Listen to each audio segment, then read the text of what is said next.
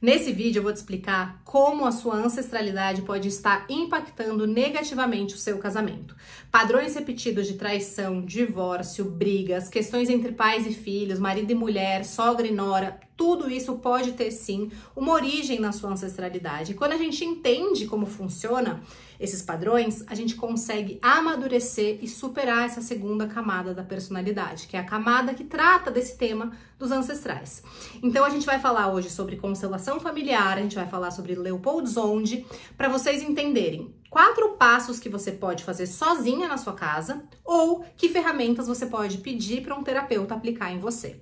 Então a primeira coisa que eu quero que vocês entendam é, a gente precisa entender que a ancestralidade, ela tem ali uma influência no nosso inconsciente. Então a gente tem várias formas do nosso inconsciente receber informações da nossa infância, na barriga da nossa mãe, dos nossos ancestrais, do inconsciente coletivo. A gente tem, vamos dizer aí, 90% do nosso ser inconsciente. 10% do que a gente vive, do que a gente faz é consciente. Então, a ancestralidade entra nesse pacotão aí de influência que a gente recebe. E como que vem essa influência? Primeira coisa é o pertencimento. Todas as pessoas que um dia fizeram parte da nossa família, elas precisam pertencer. Então, é legal a gente fazer, tem uma ferramenta que chama genograma, que a gente vai fazendo um mapeamento dessas pessoas da nossa ancestralidade para identificar quais são os padrões que foram vividos, né? Tiveram divórcios, tiveram separações, a gente vai dando lugar para cada pessoa e a gente vai se colocando também no nosso lugar, porque daí a gente consegue enxergar a nossa árvore, né? E a gente entende que nós somos o fruto. E toda essa base ancestral é a raiz. Para que isso é importante, né? Eu vejo muitas clientes com dificuldade em relacionamento amoroso, que elas têm muita dificuldade com pai e mãe. Então pode ser uma ancestralidade mais próxima. Por quê? Por julgarem que o relacionamento dos pais está errado, por julgarem que elas são superiores, que elas fariam diferente. Muitas vezes é uma coisa inconsciente, às vezes o pai abandonou e essa mulher precisou ficar ao lado da mãe, como a parceira da mãe. Então acaba gerando uma indisponibilidade amorosa. Então se a gente dá um lugar para o pai, se a gente se coloca como filha, né, se a gente consegue entender esse movimento de dar um passinho para trás, isso acaba gerando o quê? A ordem. E a ordem, ela é necessária para que o amor flua. Então a gente acha assim, só amar basta. Não necessariamente, porque um amor sem ordem, ele vai gerar muitas vezes problemas. Um filho, quando ama demais os pais, por exemplo, ele pode se colocar como o herói e ele pode se sacrificar em benefício de um pai e uma mãe. Então, o filho vê o pai e a mãe brigando, o pai e a mãe tendo discussões. Ele pode tomar partido, ele pode brigar com o pai para defender a mãe. E aí, nisso, a vida dele, ou seja, você casou com esse homem, a vida dele tá travada naquela briga lá do passado dele, né? E ele tá tentando se relacionar, ele é o seu marido, e ele não consegue se relacionar porque ele tá preso naquela história. Ou esse homem tá sem força, tá um homem que não tem pegada, né, pro mundo, ele não consegue ir pra vida, ele não consegue crescer profissionalmente. Você como mulher olha e fica meio desmotivada com o seu marido, porque esse homem está ali sem receber esse fluxo ancestral, ele não está ocupando o lugar dele, ele não conseguiu tomar a força desses ancestrais. Então tudo isso é real, né? Então existe esse equilíbrio, a gente precisa aceitar o maior bem que a gente recebeu de Deus e dos nossos pais e ancestrais é a vida. Independente do que aconteceu em cada história, né, com os nossos antepassados, nós chegamos aqui, nós estamos vivos. Então, quando a gente começa a honrar com gratidão a vida que a gente recebeu, a gente se sente forte, né? Quando você, imagina eu aqui, imagina que atrás de mim tem muitas pessoas, né? Essa força que vem dos meus ancestrais, a história que aconteceu com eles, se eu tomo tudo isso e aceito que foi assim pelo preço que custou, eu posso me posicionar como mulher, eu posso aceitar a minha mãe, eu posso aceitar o meu pai, concordar com a existência deles, deixar eles com o casamento deles e criar a minha história com meu marido, sabendo que a gente vai, né, a gente veio de famílias diferentes, mas a gente vai formar um outro núcleo familiar. Então, tudo isso faz parte da ancestralidade. Então, na constelação, a gente fala muito sobre essas leis sistêmicas e quando a gente pensa no Leopold-Zonde, ele vai mais além, né? Ele fez ali um trabalho de catalogar diversas psicopatias e doenças mentais. E aí, quando a gente passa por um teste de Zondi, a gente consegue descobrir esses padrões da nossa família que nós precisamos trabalhar, padrões que estão vivos no nosso inconsciente. E é muito interessante esse trabalho, você pode pesquisar sobre teste de Zondi, S-Z-O-N-D-I, tá? É um psiquiatra, psicanalista húngaro. E mais do que isso, ele ensinou também sobre 2 padrões de comportamento que todos nós temos. Então, mesmo se você não quiser entender sobre a sua família, mas você percebe que existe um padrão repetido, eu quero te contar que você está certa. A gente tem 2 padrões, a gente tem o padrão de Adão e o padrão de Noé. Então, todos os seres humanos vivos, nós somos descendentes desses padrões. E como que funciona esses padrões? Então, se a gente pensar em Adão, Adão era o homem perfeito. Ele era o homem que estava instalado na 12ª camada, ele estava próximo de Deus, ele tinha tudo nas mãos dele. Mas, pelo pecado da soberba, ele caiu. E o que significa essa queda? Significa que ele estava no pecado mais alto e ele caiu para o pecado mais baixo. O que ele estava era um pecado que ele fez conscientemente, ou seja, não foi um desejo do corpo que fez com que ele caísse. Não, ele quis conhecer algo além que Deus tinha dito para ele não conhecer.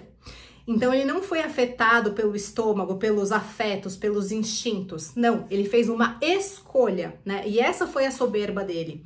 E ele cai para o pecado mais baixo, que é a luxúria. Então depois da luxúria a gente tem a gula, depois da gula a avareza, depois da avareza a gente tem a preguiça, depois a gente tem a ira, a inveja e a soberba. Então Adão vive neste ciclo, né? Que é o ciclo que a gente vive também. Então a gente cai por todos esses pecados e fica nesse looping.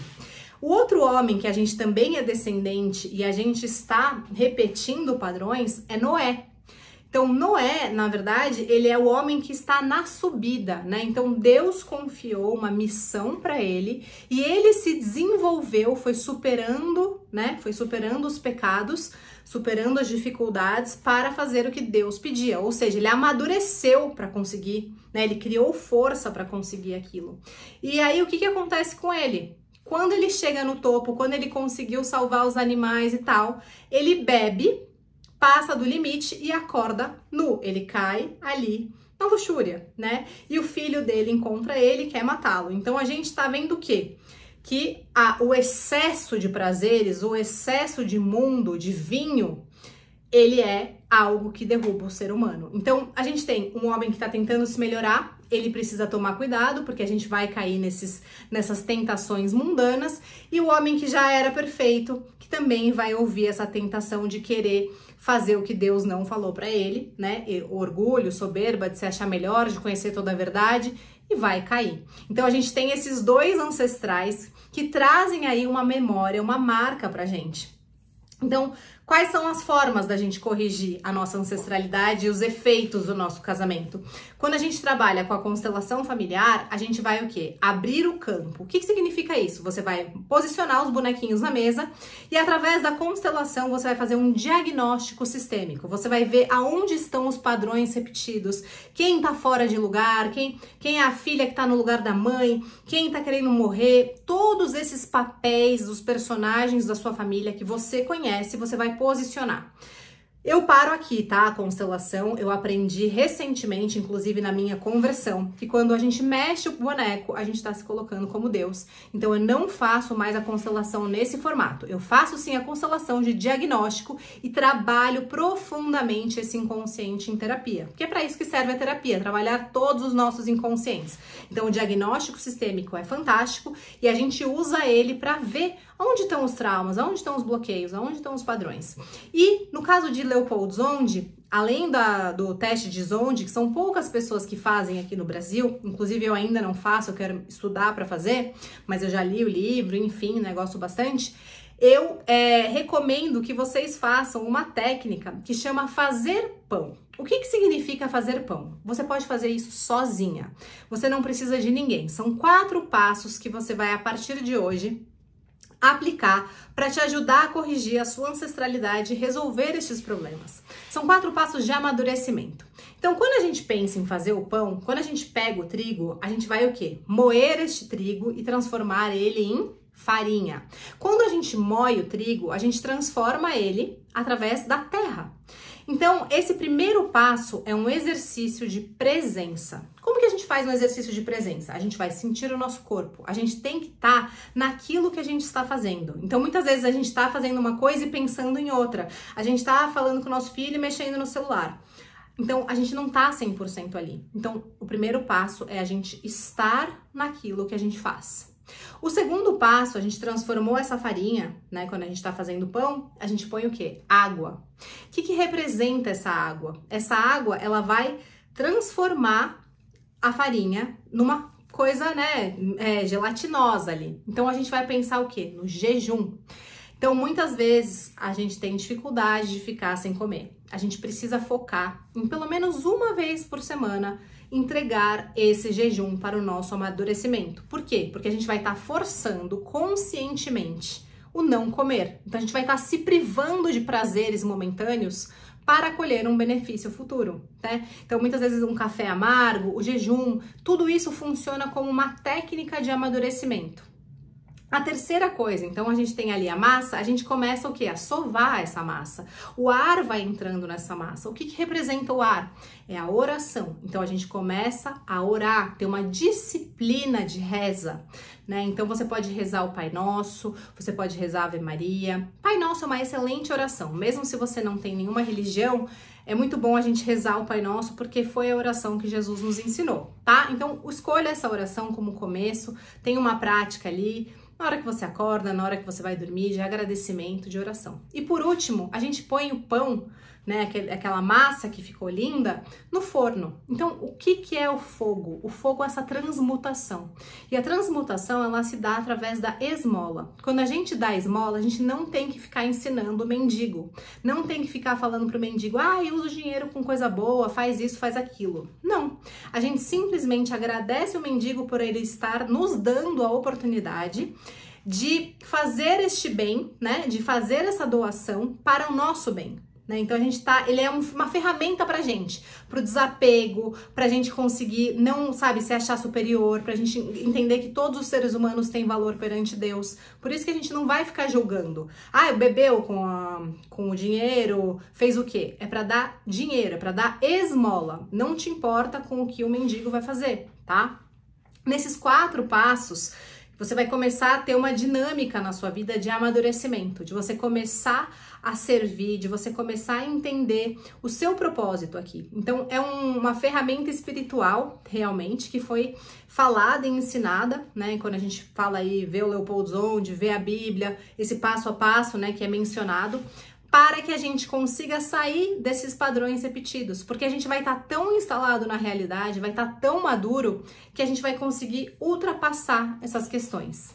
Então, se você ficou com vontade de fazer um diagnóstico de constelação familiar, se você quer entender melhor sobre os passos da constelação, pode entrar no meu link da bio, né? Lá no Instagram você consegue agendar a sessão comigo. Vou deixar aqui na descrição desse vídeo o meu site. Eu também tenho uma newsletter que eu escrevo, né? Praticamente todos os dias da semana, pelo menos 3, 4 vezes na semana, que eu conto, né? Que eu falo sobre ancestralidade, sobre relacionamento, tudo isso bem profundamente. E se inscreve no canal para receber mais esses conteúdos.